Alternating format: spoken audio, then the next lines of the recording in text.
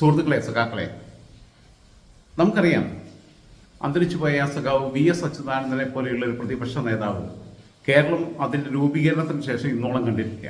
പല ആൾക്കാരും പ്രതിപക്ഷ നേതാവിൻ്റെ കസേരയിൽ ഇരുന്നിട്ടുണ്ട്. പ്രത്യേകിച്ച് ഇന്ത്യൻ നാഷണൽ കോൺഗ്രസിൻ്റെയും CPM-ൻ്റെയും അവിഭക്ത കമ്മ്യൂണിസ്റ്റ് പാർട്ടിയുടെയും ഒക്കെ പല പ്രതിപക്ഷ നേതാക്കന്മാരുണ്ടായിട്ടുണ്ട്. പക്ഷേ ഇനി അങ്ങനെ ഒരു പ്രതിപക്ഷ നേതാവ് ഉണ്ടാവുകയും ഇല്ല എന്ന കാര്യം ഉറപ്പാണ്. പക്ഷെ അത് കഴിഞ്ഞാൽ അടുത്തൊരു പ്രതിപക്ഷ നേതാവിനെ കുറിച്ച് ആലോചിക്കുമ്പോൾ നിലവിൽ പ്രതിപക്ഷ നേതാവായിട്ടുള്ള VD സതീശൻ പല കാര്യങ്ങളിലും നമ്മളെ അമ്പരിപ്പിച്ചുകൊണ്ടിരിക്കുകയാണെന്ന് എനിക്ക് തോന്നുന്നു. ഞാനിതിനെക്കുറിച്ച് നന്നായിട്ട് സ്റ്റഡി നടത്തിയിട്ടാണ് പറയുന്നത്. വെറുതെ ബൈക്ക് ഒന്ന് ഫോൺ ഒന്ന് റെഡിക്ക് വെച്ചോട്ടെ. ഒരുപാട് യാത്ര ചെയ്തൊക്കെ വന്ന പല സ്ഥലത്തും പോയിട്ട് ഞാൻ ഒരുപാട് കാര്യങ്ങൾ അതിനെക്കുറിച്ച് പിന്നെ ആത്മാർത്ഥമായിട്ട് ആലോചിക്കുകയും പഠിക്കുകയും ഒക്കെ ചെയ്തിട്ട് തന്നെയാണ് വന്നിട്ടുള്ളത്.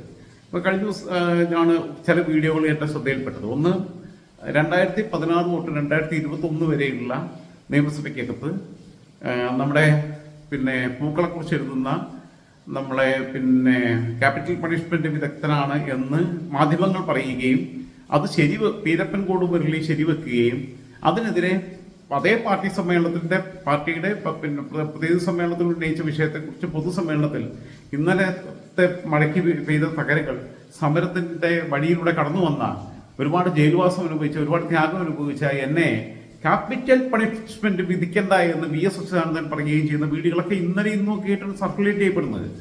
സത്യത്തിൽ ഞാനിതൊന്നും മുമ്പ് കണ്ടിട്ടുണ്ടായിരുന്നില്ല. പണ്ടൊക്കെ കണ്ടെങ്കിൽ പണ്ടന്നെ അതിനേക്കാൾ ഷാർപ്പായിട്ട് പറയുമോ.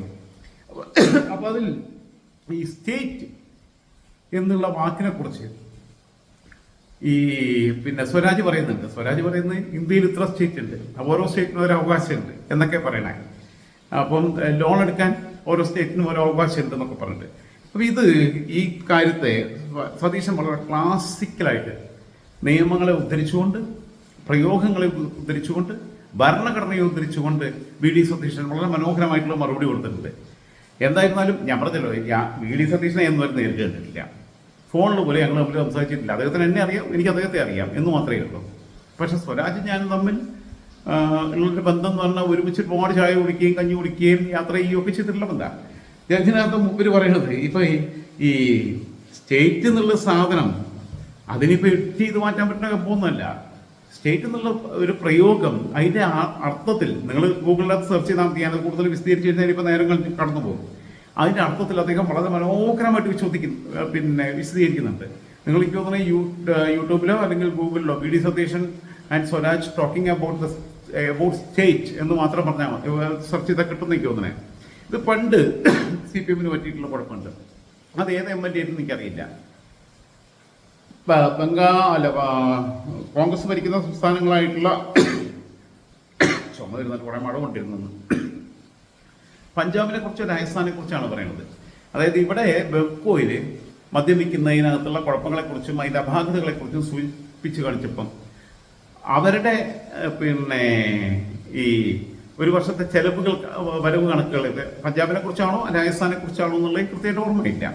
അതിൽ ബിവറേജസ് ഇത്ര കോടി രൂപ എന്ന് പറഞ്ഞിട്ട് CPM-ന്റെ ഏതാണ് നിയമസഭ എന്നുള്ളതും എനിക്ക് ഓർമ്മയില്ല. നിങ്ങൾക്ക് ചിലപ്പോൾ ഓർമ്മ കിട്ടിയായിരിക്കും. കള്ളു മേടിച്ചു കൊടുത്തതിന് ഇത്ര രൂപ അവരുടെ സംസ്ഥാന സർക്കാർ ചെലവഴിച്ചു എന്നാണ്. ബിവറേജസ് എന്നുള്ള വാക്കിന്റെ അർത്ഥം എന്താണെന്ന് അവർക്കറിയില്ല. ഇവരെ വിചാരം ഇതെല്ലാം ബിവറേജസ് കോർപ്പറേഷൻ എന്ന് പറഞ്ഞു കഴിഞ്ഞാൽ ഇതെന്തോ പാനീയം വെക്കുന്ന സ്ഥലമാണെന്നുള്ളതാണ്.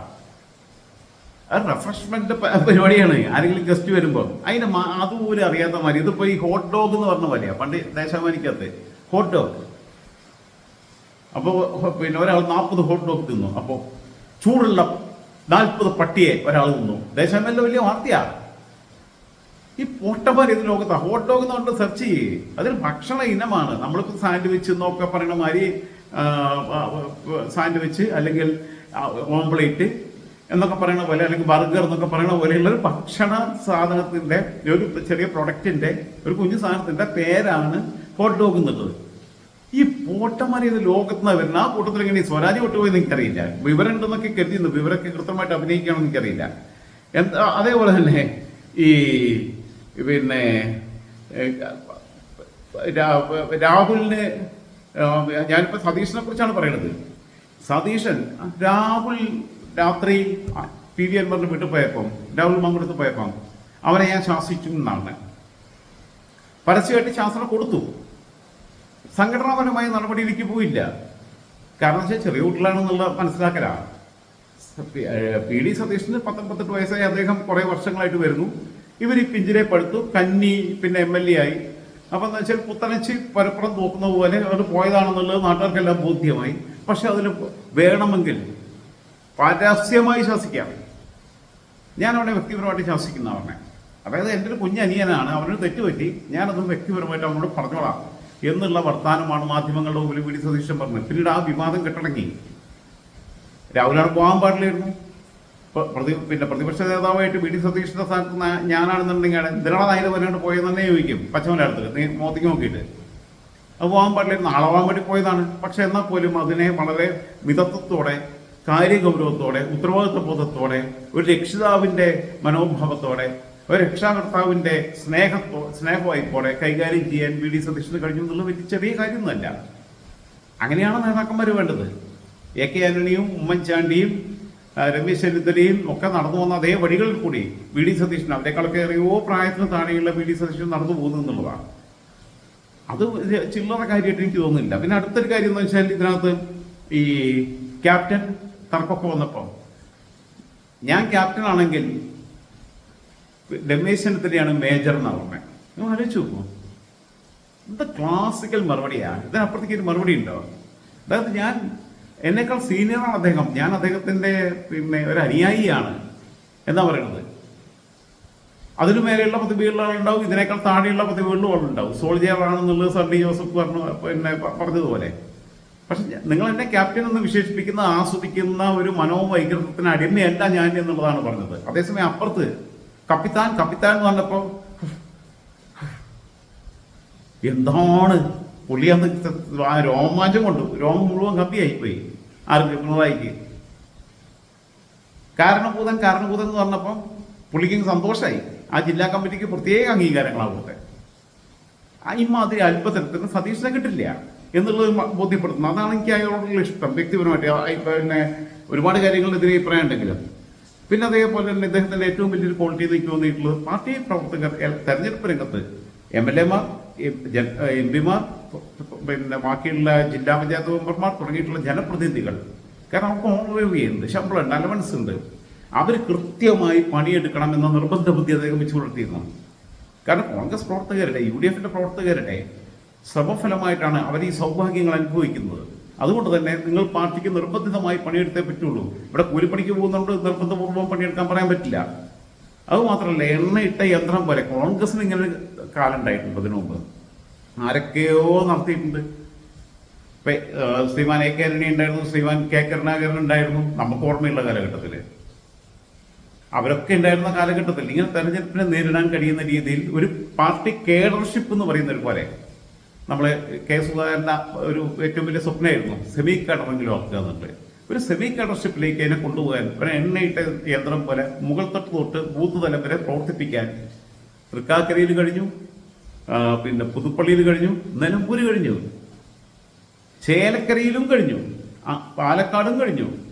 അതൊരു ചില്ലറ കാര്യമൊന്നുമല്ല. ചേലക്കരയിലൊക്കെ എത്രയോ ഗണ്യമായ രീതിയിലാണ് വോട്ട് കുറയ്ക്കാൻ പറ്റിയത്. അൻവർ അവിടെ ഉണ്ടായിട്ട് പോലും 40,000 വോട്ടിന് കേരളത്തിന് ജയിച്ചിടത്താണ് ഈ നിലവിൽ ഇത്ര വലിയ ദയനീയമായിട്ടുള്ള ജയത്തിലേക്ക് അവരെത്തിയത്. പരാജയമല്ല, ജയം കേട്ടോ. മറ്റൊന്ന്, ഈ പണിയെടുക്കണം എന്നുള്ള നിർബന്ധ ബുദ്ധി ആരാണെങ്കിലും, സാധാരണ പാർട്ടി പ്രവർത്തകരെ പോലെ അടിത്തട്ടിൽ നിന്ന് പണിയെടുക്കണം എന്നുള്ളത് അദ്ദേഹം ഓരോ ദിവസം മോണിറ്റർ ചെയ്യുകയാണ് എന്നുള്ളതാണ് എനിക്ക് കിട്ടിയിട്ടുള്ള വിവരം കോൺഗ്രസ് സുഹൃത്തുക്കളുടെ അടിയിൽ നിന്ന്. വേറൊന്ന്, അൻവറിനെ കൂടെ കൂട്ടണ്ട എന്നൊരു തീരുമാനം, പണ്ട് LDF എടുത്തിട്ടുള്ള തീരുമാനം പോലെ. അത് PC ജോർജ് ഇല്ല, ജയിച്ചാലും തോറ്റാലും PC ജോർജ് വേണ്ട എന്ന് തീരുമാനിച്ചു. PC ജോർജ് പിന്നെ 2 മുന്നണിക്ക് വേണ്ടാത്തവനായി. ഇപ്പൊ അവിടെ ചെന്ന് UDF പോയിട്ട്, അല്ല BJP പോയിട്ട് ഗതി പിടിക്കാന്ന് കരുതിയപ്പം മായി തോന്നുന്ന വർത്താനം മേലെ വിളിച്ചു പറഞ്ഞേക്കരുത് എന്നുള്ളത് സംസ്ഥാന നേതൃത്വം പറഞ്ഞു. കേന്ദ്ര നേതൃത്വത്തോട് സംസാരിക്കാൻ വേണ്ടിയിട്ട് അപ്പോയിന്റ്മെന്റ് ചോദിച്ചാൽ അവർ കൊടുത്തില്ല. ഷോൺ ജോർജിനെ അവരെ അക്കോമഡേറ്റ് ചെയ്തു. PC ജോർജിന് ഒരു സ്ഥാനമില്ല, പുല്ല് വില കൊടുത്തിട്ടില്ല. ഇനി അയാൾ വല്ലാതെ ചലിച്ചു കഴിഞ്ഞാൽ അയാളെ പിടിച്ച് മാറ്റി പുറത്താക്കും. ഷോൺ ജോർജിന് ഇനിയിപ്പോൾ പോകാൻ വേറെ ഇടയില്ലാത്തതുകൊണ്ട് അവിടെ തന്നെ തൂങ്ങി നിൽക്കേണ്ടി വരും. ഷോൺ ഇങ്ങനത്തെ വൃത്തികളൊന്നും പറയാൻ പോകാറില്ല, ഇയാളെ വിത്തുഗുണം കാണിക്കാൻ പോകാറില്ല. അപ്പൊ എന്താ വെച്ചാൽ അവിടെ അന്ന് ഇടതുപക്ഷം കാണിച്ചിട്ടുള്ള സമീപനം പോലെ തന്നെ അൻവറിനെ കൂടെ കൂട്ടണ്ട, തോറ്റാലും ജയിച്ചാലും. കാരണം ജയിച്ചാൽ അത് അൻവറിന്റെ ക്രെഡിറ്റ് കൊണ്ടുപോകുന്നുള്ളത് മനസ്സിലായി. ബാർഗൈനിങ് കപ്പാസിറ്റി കൂട്ടും. അപ്പൊ തോക്കാണെങ്കിൽ തോക്കട്ടെ, തോറ്റാൽ ഞാൻ ഉത്തരവാദിത്തം ഏറ്റെടുത്തു, ജയിച്ചാൽ അതിന്റെ ക്രെഡിറ്റ് എനിക്ക് വേണ്ട എന്ന് പറഞ്ഞ ഒരു കോൺഗ്രസ് നേതാവും ഇതുവരെ കേരളത്തിന്റെ സമീപകാല ചരിത്രത്തിൽ എന്റെ മനസ്സിലില്ല. എനിക്കിപ്പോ 47 വയസ്സായി. 10 വയസ്സ് തൊട്ട് തന്നെ രാഷ്ട്രീയം നിരീക്ഷിക്കുന്ന ആളാണ്. അതായത് ഒരു 37 വേണ്ട 12 വയസ്സ് തൊട്ട് സീരിയസ് ആയിട്ട് രാഷ്ട്രീയം കാണുന്ന ആളാണ്. അങ്ങനെ വെച്ച് നോക്കിക്കഴിഞ്ഞാൽ എന്റെ 35 വർഷത്തെ അനുഭവത്തിനിടയിൽ ഒരു കോൺഗ്രസ് നേതാവും ഇത്രയധികം ആർജവത്തോടു കൂടി പറഞ്ഞിട്ടില്ല എന്നുള്ളത് സത്യമാണ്. വേറൊന്ന്, ഈ ഞാനിങ്ങനെ ഒരു നോട്ട് ചെയ്ത് വെച്ചിട്ടുണ്ട്, മുക്കാൽ പിണറായി എന്ന് ഇദ്ദേഹത്തെ കുറിച്ച് പലരും വിശേഷിപ്പിക്കുന്നുണ്ട്. പ്രത്യേകിച്ച് പിന്നെ ഇദ്ദേഹമാണ് വിശേഷിപ്പിച്ചിട്ടുള്ളത് നമ്മുടെ അമ്പുക്ക. CPV അൻവർ വിശേഷിപ്പിച്ച വിശേഷണം എല്ലാ അർത്ഥത്തിലും ശരിയാണ്. കാരണം അദ്ദേഹം നല്ല സംഘാടകരാണ്, രണ്ടുപേരും നല്ല സംഘാടകരാണ്, രണ്ടുപേരും വളരെ ബോൾഡാണ്. ഒരാളിപ്പോൾ ബോൾഡ് അല്ല, 10-40 കാറിന്റെ അകമ്പടി ഇല്ലാതെ യാത്ര ചെയ്യില്ല. മറ്റേ ആളിപ്പോൾ അതിനേക്കാൾ ബോൾഡാണ്. അങ്ങനെ വെച്ച് നോക്കുകയാണെങ്കിൽ മുക്കാൽ പിണറായി അല്ല 1.5 പിണറായി എന്നാ പറയണ്ടേ. അൻവർ തെറ്റുപറ്റിപ്പോയി. 1.5 പിണറായിയാണ് സതീശൻ.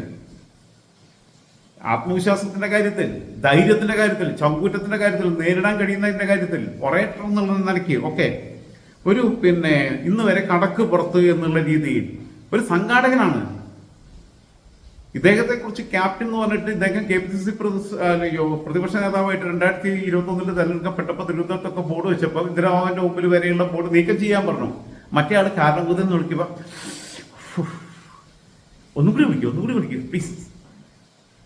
മറ്റേ സിനിമയ്ക്കകത്ത് ശ്രീനിവാസന്റെ കഥാപാത്രം പറയുന്ന പോലെ, നമ്മളെ ഏതാ ആ സിനിമ, ഒരു നായകനായിട്ട് വരുന്നുണ്ടല്ലോ യാദൃശ്ചികമായി, മോഹൻലാലുണ്ടായ സിനിമയ്ക്കകത്ത്, അപ്പൊ മറന്നുപോയി അത്. അതിൽ പറയണ പോലെ ഇങ്ങനെ രോമാഞ്ചം കൊണ്ടിരിക്കുക ഇയാളെ വിളിക്കുമ്പോൾ. മറ്റേ ആളെ ക്യാപ്റ്റൻ എന്ന് വിളിച്ചപ്പം അയാളെ കാരണഭൂതൻ മറ്റേ സതീഷിനെ വിളിച്ചോടെ എതിരെ അന്ന് സംഘടനാ നടപടി എടുക്കും, പുറത്താക്കാൻ പറയും, അല്ലെങ്കിൽ സസ്പെൻഡ് ചെയ്യും. മറ്റേ ആൾ തന്നെ ആസ്വദിച്ചിരിക്കുക. വേറൊന്ന്, ഒരു കുട്ടി ഷോക്കേറ്റ് മരിച്ചപ്പോ സ്കൂളിൽ ഇയാൾ പിണറായി വിജയൻ, അതിനെ കുറിച്ച് എന്താ നിങ്ങൾ അഭിപ്രായം? അയാൾക്കൊരു പേരക്കുട്ടി ഉണ്ടെന്നേ. ഈ കാരണഭൂതന്റെ പേരക്കുട്ടിയുണ്ട്. ഏത് അവന്റെ മകൾക്ക് എത്ര ഭർത്താക്കന്മാരുണ്ടെന്ന് എനിക്കറിയില്ല. ആദ്യത്തെ ഭർത്താവിനുണ്ടായിട്ടുള്ള കുട്ടി.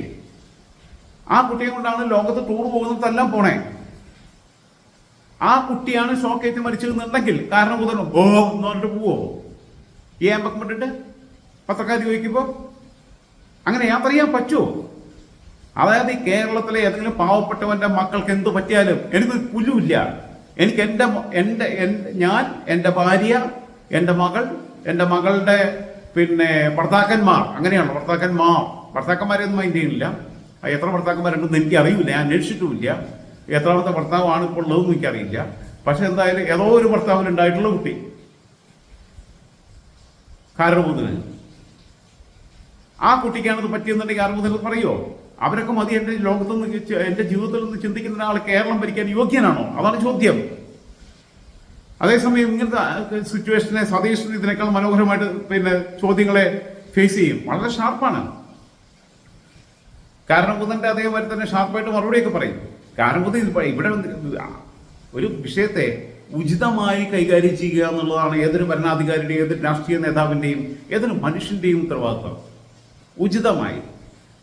വൈകാരികമായിട്ടുള്ള അവസ്ഥയിലാണെങ്കിൽ എനിക്ക് സംസാരിക്കാൻ താല്പര്യമില്ല, എന്നെ വെറുതെ വിടൂ എന്ന് പറയുക. അതിന് VS വലിയ മഹാമാതൃകയാണ്. അതിന് ഒരുപാട് പേര് മഹാമാതൃകയാണ്. സതീഷും അതിനൊരു മഹാമാതൃക തന്നെയാണ് ഓരോ കാര്യങ്ങൾക്കും. പിന്നെ പ്രതിപക്ഷ നേതാവിന്റെ ഉത്തരവാദിത്വം എന്ന് പറഞ്ഞു കഴിഞ്ഞാൽ രാവിലെ തൊട്ട് വൈകുന്നേരം വരെ മുഖ്യമന്ത്രി രാജിവെക്കുക എന്നുള്ള 2016 തൊട്ട് 2021 വരെ നമ്മൾ കണ്ടിട്ട് രാജി എന്ന വാക്കിന്റെ വില ഇല്ലാതാക്കിയിട്ടുള്ള സ്ഥിതി സതീശൻ ഉണ്ടാക്കിയിട്ടില്ല. പറവൂർ എന്ന് പറയുന്നൊരു മണ്ഡലം ഒരിക്കലും ഒരു UDF അനുകൂല മണ്ഡലമല്ല. ക്ഷമിക്കണം കേട്ടോ, ഞാൻ പറഞ്ഞില്ല, മഴ കൊണ്ട് പണിയായിട്ടുണ്ട്, കുറെ നിർത്തിയിട്ടുണ്ടായിരുന്നില്ല. രാവിലെ കാലാവസ്ഥ മോശമാണെന്നൊക്കെ പറഞ്ഞെങ്കിലും അത് കണ്ട് കുറച്ച് കഴിഞ്ഞപ്പോൾ അത് മാറി. അപ്പോൾ പിന്നെ നമ്മൾ ഈ വണ്ടിയൊക്കെ എടുത്തിട്ട് അതിലേക്ക് ഇങ്ങനെ കറക്കി തിരിഞ്ഞ് ആകെ നനഞ്ഞു കുളിച്ചാൽ വന്നേ. അതുകൊണ്ടിപ്പോൾ അതൊക്കെ ഇനി അലക്കാനിടണോ? ഓക്കെ, ഓട്ടെ. ഞാൻ പറഞ്ഞു വന്നത്, ഈ രാജി എന്ന വാക്കിന്റെ വില ഇയാൾ കളഞ്ഞിട്ടില്ല. മറ്റൊന്ന്, പറവൂർ മണ്ഡലം എന്ന് പറയുന്നത് ഇയാൾ തുടർച്ചയായിട്ട് 5 തവണയൊക്കെ മത്സരിച്ച് വിജയിച്ചു. ആദ്യത്തെ വട്ടം തോറ്റുപോയി. KSUവിലെ കടന്നു വന്നതാണ്. പിന്നീട് പിന്നെ സർവകലാശാല യൂണിയൻ്റെയും കോളേജ് യൂണിയൻ്റെയൊക്കെ ഭാരവാഹിയായി എന്നൊക്കെ പറയുമ്പോഴും ഇയാള് സ്വയം പണയം വെക്കാൻ തയ്യാറില്ല എന്നുള്ള ഏറ്റവും വലിയ തെളിവാണ് അൻവർ. കാരണം UDF ആര്യാടൻ ഷോക്ക് തെറ്റ നിലമ്പൂർ തോറ്റിരുന്നെങ്കിൽ ഇന്ന് സതീശൻ പ്രതിപക്ഷ നേതാവില്ല, രാജിവെക്കാൻ നിർബന്ധനാവും. അപ്പൊ എന്റെ നിലപാടാണ് വലുത്, എന്റെ സ്ഥാനമല്ല വലുത് എന്നുള്ളത് അദ്ദേഹം അത് വ്യക്തമാക്കി ചെയ്തിട്ടില്ല. അതിന് എനിക്ക് ഭയങ്കര റെസ്പെക്ട് തോന്നിയിട്ടുണ്ട്. അതിൽ അദ്ദേഹത്തോട്ട് താരതമ്യപ്പെടുത്താൻ പറ്റുന്ന ഒരു വ്യക്തി ശ്രീമാൻ ഉമ്മൻചാണ്ടിയാണ്. പിന്നെ അടുത്തത് എന്ന് പറഞ്ഞാൽ ഈ ചെന്നിത്തലിന്റെ കാര്യം പിന്നെ ഞാൻ അധികം പറയുന്നില്ല. ചെന്നിത്തല എന്ന് വെച്ചാൽ ഇപ്പോൾ ഇത് ഇടതുപക്ഷ മണ്ഡലമാണ് കേട്ടോ അക്ഷരാർത്ഥത്തിൽ. ഈ പിന്നെ നമ്മുടെ ഇയാൾ സ്ഥിരമായിട്ട് മത്സരിച്ച് വരുന്ന ആ മണ്ഡലം എന്ന് പറഞ്ഞു കഴിഞ്ഞാൽ ഒരു ഇടതുപക്ഷ മണ്ഡലമാണ്. മണ്ഡലത്തിന്റെ പേര് കൊണ്ട് മറന്നുപോയി. ഈ പ്രതിപക്ഷ നേതാവ് VD സതീഷിന്റെ മണ്ഡലം ഉണ്ടല്ലോ എറണാകുളം ജില്ലയിലെ, ആവട്ടെ എന്തോട്ടെ, ആ മണ്ഡലം ഒരു ഇടതുപക്ഷ മണ്ഡലമാണ്. അവിടെ ഇദ്ദേഹം സ്വന്തമായിട്ടുള്ള തട്ടക്കുണ്ടാക്കിയിട്ടാണ് കാര്യങ്ങൾ. ഇപ്പോൾ ഇടതുപക്ഷക്കാരാണ് പുള്ളിയുടെ അടുത്ത ആൾക്കാരെന്ന് എനിക്ക് മനസ്സിലാക്കണം. പല CPIക്കാരും CPMകാരും ഒക്കെ നമ്മളോട് പറഞ്ഞിട്ടുള്ളത് അങ്ങനെയാണ്. അതെന്തോട്ടെ.